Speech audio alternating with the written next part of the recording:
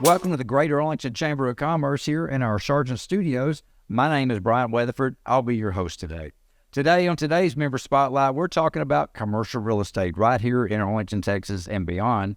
But the member we're speaking with today has a great story because he's a local Arlington guy doing business in Arlington today. I'm sure he's going to have a great time. I know I'm going to have a good time learning everything about Vision Commercial Real Estate. That's the name of the company. Mr. Trenton Price, you are the president and a broker there, correct? That's it. Trenton, welcome. Good to see you. Thanks, Brian. I appreciate it. Now, you and I were chatting earlier off camera. You are an Arlington guy.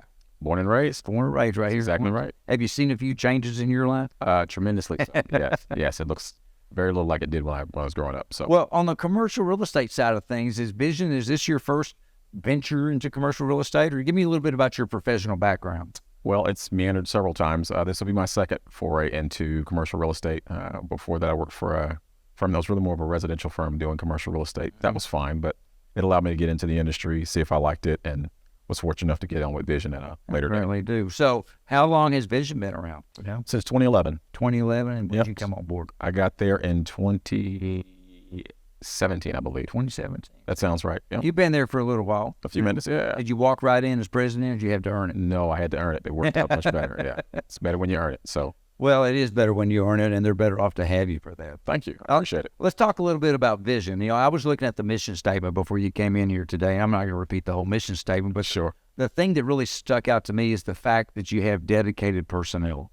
I'm pulling out just a little piece of the whole thing. But talk about the personnel and the importance of their dedication.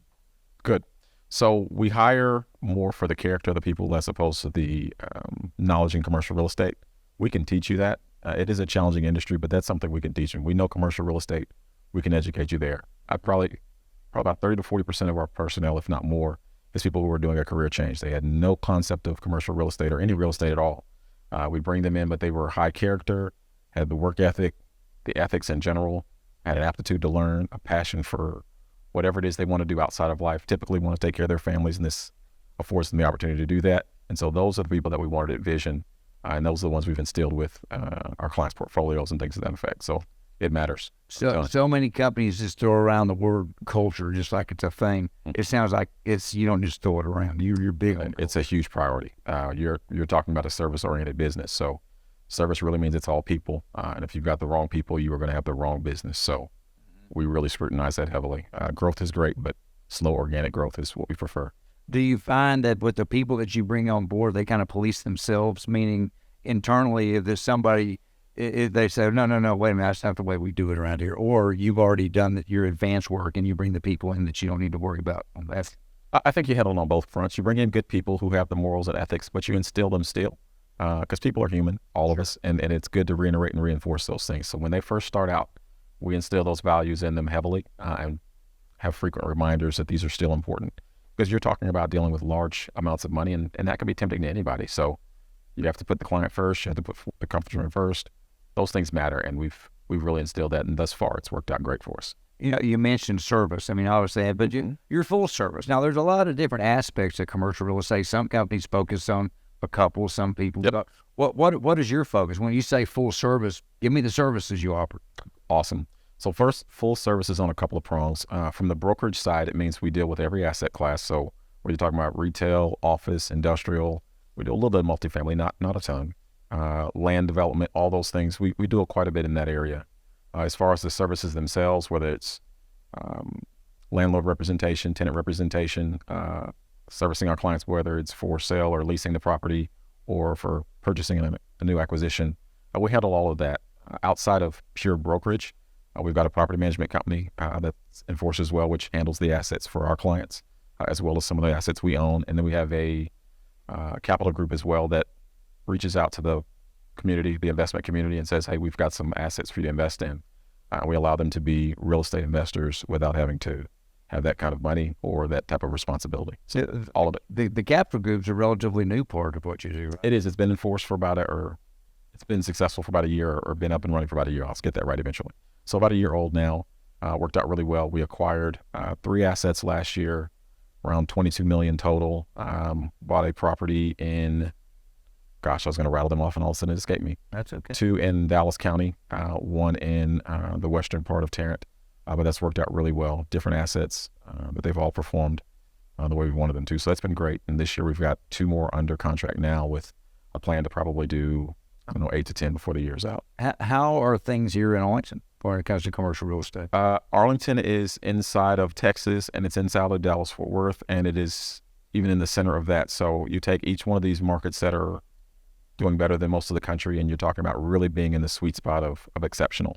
So you've got the entertainment district, which we work with the Rangers and manage is not the right word, but handle the leasing for Choctaw Stadium.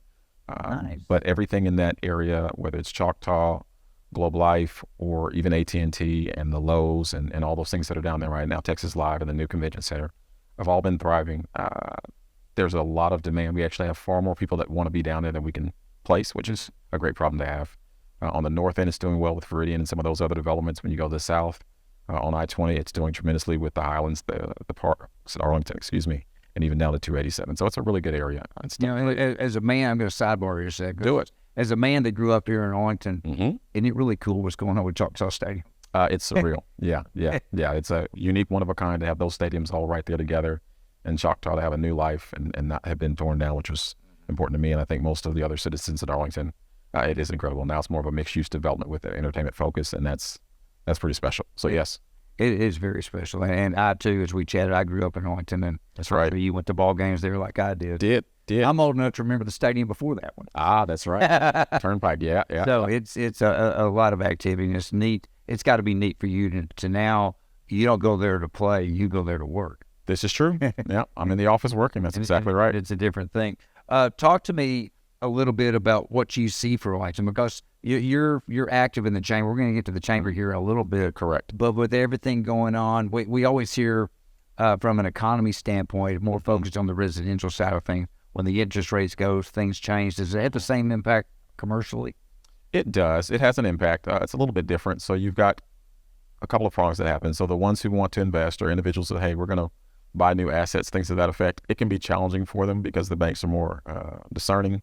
A lot of the money dries up. Several of the banks have said, hey, we don't want to invest right now. We're just going to sit on the sidelines. So that makes some changes. But businesses that got great cash flows that are fantastic, they can still get the money that they need to. Same thing with the investors.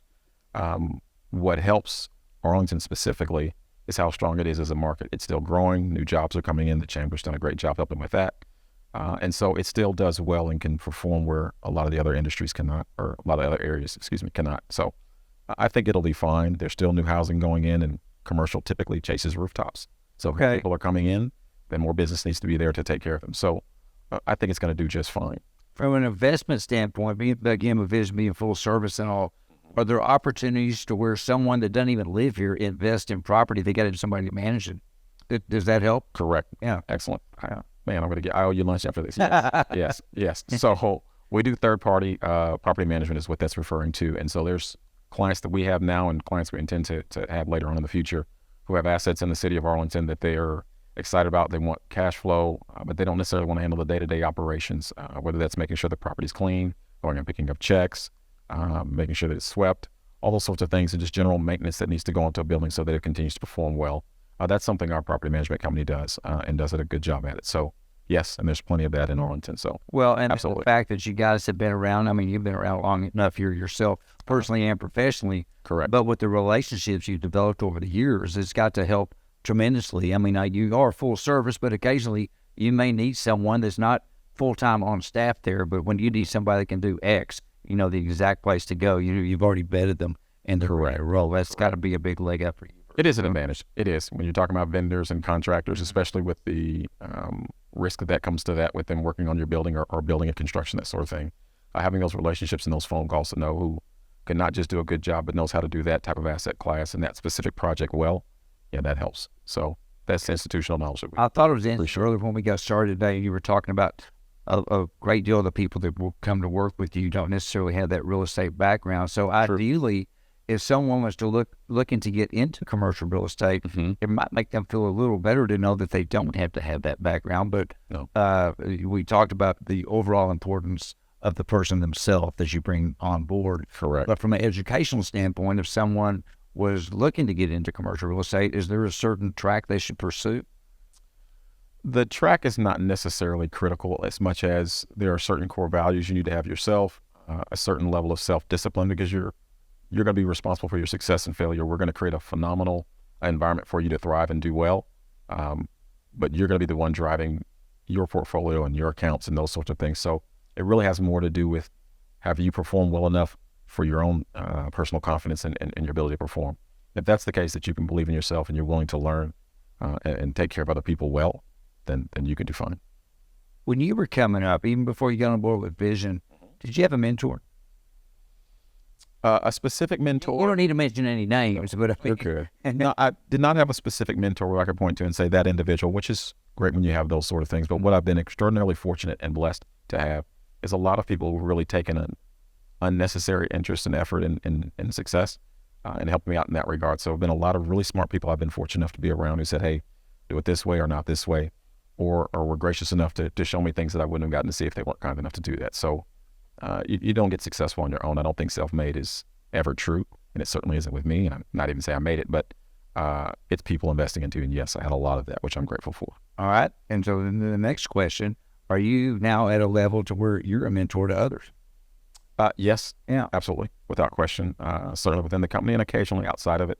I tend to be very careful in saying mentor because it tends to infer such a tremendous investment in other people, which I think is wonderful, but I never like to overpromise in that regard. And that's really important too. So I don't know if that sounds quite like I want it to, but investing in other people I think is important. I've done a lot of that. I enjoy it. And seeing other people succeed is wonderful. So yes, absolutely. I don't plan to stop that. You know, again, as we chat off here, I've got more than a few years on you, and I can remember getting to the point to where people started asking me for career advice and stuff, and then I realized, yeah, I'm that guy. I've been doing this for a while now. Right. I understand why you're asking me. Of course, it kind of helped me off. But then I started thinking exactly what you just said, looking back at my life, and I too could remember, I didn't know the word mentor when I was growing up, but I could look back and say, you know, that guy or that woman really was a mentor for me, and I understand the importance. And yes, you know, a lot of times the younger generation today gets a bad rap, but there's some good people out there, and then they want absolutely that they need the to be nurtured or guided personally and professionally. And it's nice that there's a man like you that does that. Well, thank you. Yes, there is. And it sounds like the type of deal you might instill in the others that work with you. It is. It's the culture of the company. Everybody helps out in a great deal. I enjoy working with everyone there. So with all the services that you guys offer, have you personally done all of them at one point in your life? Have you managed a building? Have you been the person that has to go and change the locks or pick up the checks? And yes, so in a different profession entirely, but yes, absolutely. I had to do that.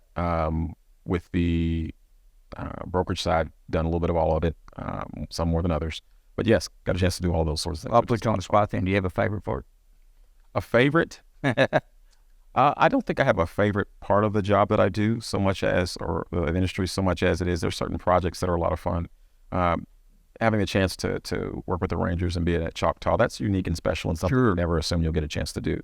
So things like that stand out as, wow, I really love that. It's my hometown. I remember being at that stadium when they were building it. In fact, I don't remember which edition it was, but there's a portion of the 4-star telegram from, I think, 1993 where they were building the stadium, and on the front page of the newspapers, my family, when I was, 8 or 10 years old, on the steps as we're walking in. So to see that picture from way back then and to now being a part of its new stage in life is really special. So, yeah. It's kind of neat with your track record here on a personal level, being in Arlington, just to see the changes. But now you're right in the middle of a bunch of them. That's pretty cool. Get to contribute to it. That's the cool part. Yes, it is. Well, we talked earlier, you mentioned the chamber more than once, and obviously we're here at the chamber. True. I know Vision's been a member of the chamber for some time, as a lot of people have. But from your perspective, as the head honcho with the company, okay, why the chamber? What's in it for you? What do you think you can get from the chamber? Smart. So our initial interest in the chamber was really to get more informed, know more about what was going on that maybe we didn't. You know, we have a invested interest in this market, or I certainly do, especially. But there's always things going on, and sometimes you miss out on those details. So one was to get more informed about what was going into Arlington. The second piece was to get more connected with the individuals who are here that are doing business, that are making changes, that are helping the community. That's been really special and important. When COVID broke out, and that's a buzzword of no end, I was amazed at how many people had an invested interest in helping out, whether it was with the students with education or with those who maybe didn't have, they lost their job, and there were several other initiatives, and some weren't initiatives, just people who were concerned, and being a part of that was incredible. The last part was we wanted to contribute on our own, not just come get, but to give and say, hey, we're here, we can help. And not all of it's going to mean we get a check or we make revenue on it, but we're still helping the community, and we're still helping Arlington, the greater Arlington area. So that's really what got us involved. It's proven to do all those things and more.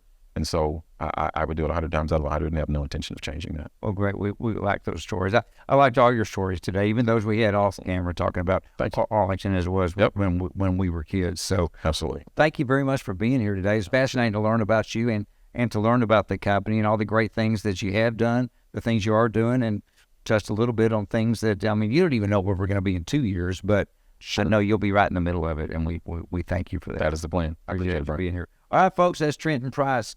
Again, thank you to Trenton for being here today with us and sharing everything about vision. It was a great story today, as always. And as always, we appreciate you being here too, because as we like to say, together we succeed. Thank you very much. Take care.